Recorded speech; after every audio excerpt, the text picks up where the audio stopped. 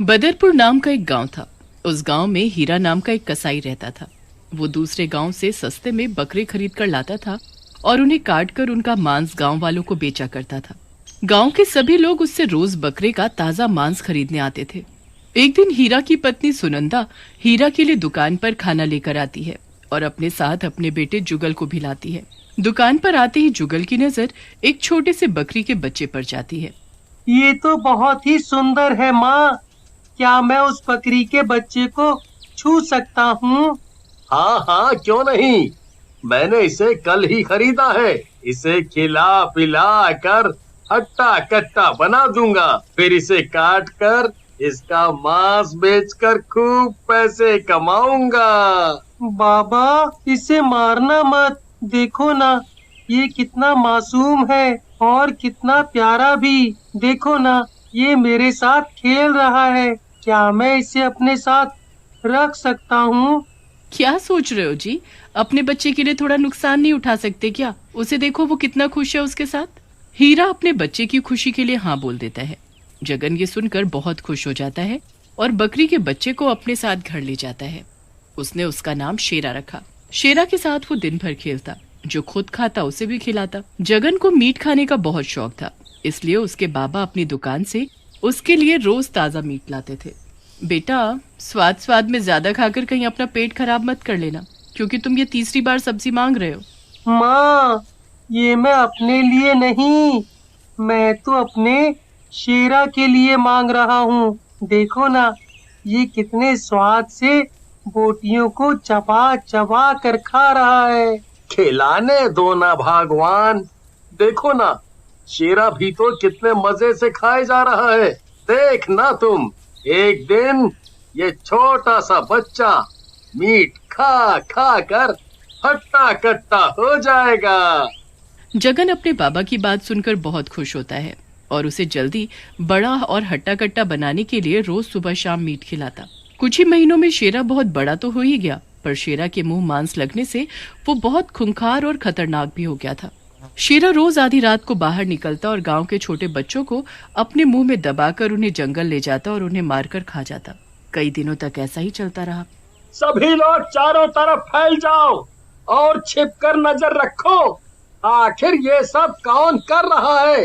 कौन हमारे बच्चों को चोरी करके ले जाता है? चलो भाइयों, जल्दी करो। और हाँ, कोई आहट ना हो जरा सी भी।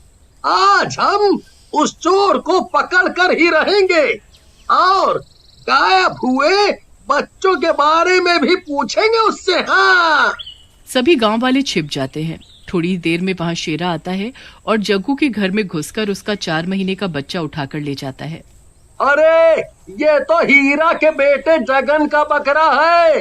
इतने दिन से यही हमारे बच्चों को उठा कर ले जा रहा था। अब देख क्या रहे हो? उसका पीछा करो जल्दी।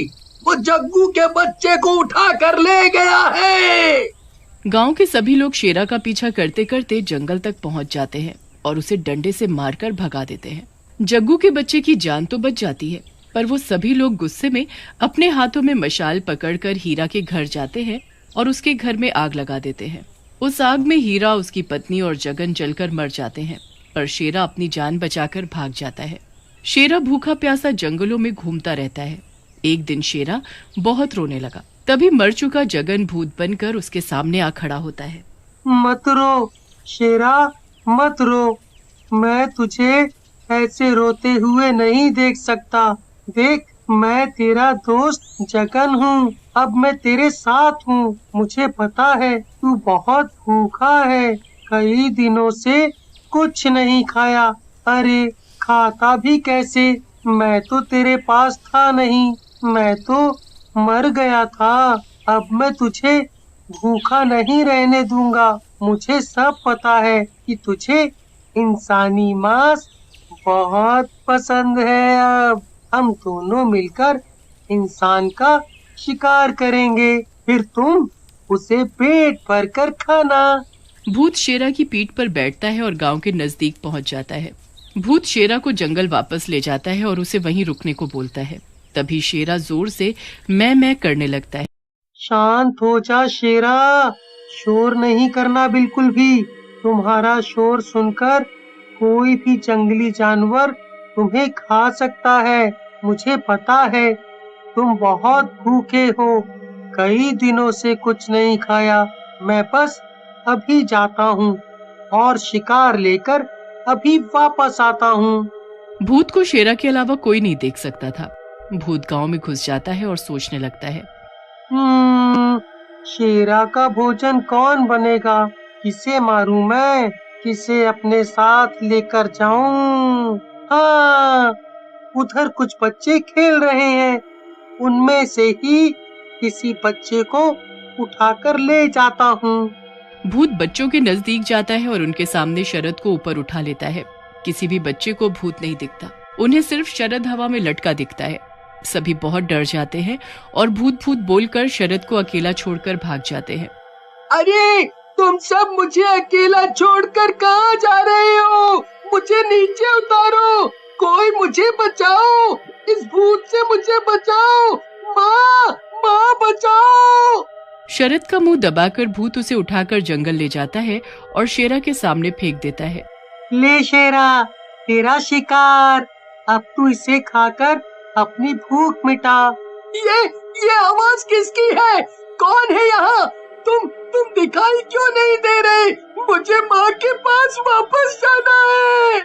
शरद भागने की कोशिश करता है, तभी शेरा उसके पीछे पीठ में अपनी सींग घुसा देता है। शरद दर्द से तड़प तड़प कर मर जाता है। आज शेरा का पेट शरद को खाकर भर गया, पर अगले दिन शेरा भूत को उकसाता है इंसान को लाने के लिए। तू मुझे धक्का मार रहा है ताकि मैं तेरे पेट भरने के लिए इंसान लाऊं, सही कहा ना मैंने? शेरा अपना सिर हिलाने लगता है। ठीक है, मैं आज तेरे लिए एक नहीं बल्कि 2 इंसान लाऊंगा। भूत, हमारे गांव में भूत है। हाँ, मेरे बेटे ने मुझे बताया था कि गांव में भूत है और वही शरद को खा गया। अरे कौन है जो हमें इस तरह खींचे जा रहा है? अरे छोड़ मुझे और मेरी पत्नी को। बातें बनाना छोड़ो और उधर देखो, सुंदर और उसकी पत्नी को भूत ने उल्टा लटका दिया है। अब वो उन्हें खींच कर ले जा रहा है। बचाओ बचाओ बचाओ, कोई बचाओ हमें। तभी किशन भागता हुआ आता है और दोनों के हाथ पकड़ लेता है। ए भूत, छोड़ इन्हें तू नहीं ले जा सकता। ना दिखाई देने की वजह से तूने खूब भोले भाले लोगों को मार डाला, पर अब नहीं। जा चला जा यहाँ से, नहीं तो हमें किसी तांत्रिक बाबा को बुलाना पड़ेगा तुझे भगाने के लिए। भूत तांत्रिक का नाम सुनते ही भाग जाता है, पर भूत के हाथ से शिकार छूट जाने पर उसे बहुत गुस्सा आता है। वो फिर से गांव में जाने की सोचता है कि तभी उसके सामने उसके माँ बाबा की आत्मा आ खड़ी होती है। बस कर बेटा, ये खून खराबा बंद कर। एक मामूली से बकरे को तूने मांस खिला खिलाकर खूंखार बना दिया और अब तू उसे इंसान पकड़ पकड़ कर खिला रहा है। अगर तू चाहता है कि तुझे अगले जन्म में एक अच्छे इंसान का जन्म मिले तो बेटा ये सब छोड़ दे।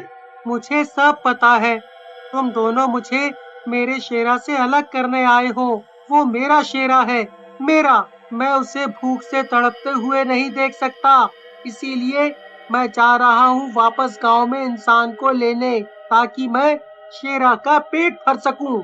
भूत अपने माँ बाबा की एक नहीं सुनता और गांव में भाग जाता है, पर वहाँ गांव के सभी लोगों ने एक तांत्रिक को बुला रखा था।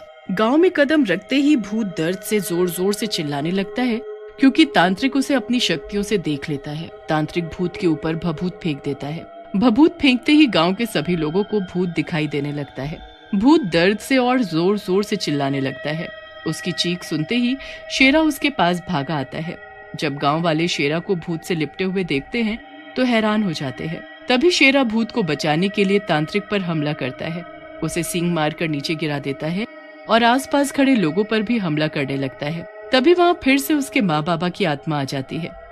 जगन बेटा, इसे रोक, तेरा शेरा खूनी शेरा बन चुका है। अगर तू इसे नहीं रोकेगा तो ये सभी को मार देगा। ये सुनते ही भूत रोने लगता है।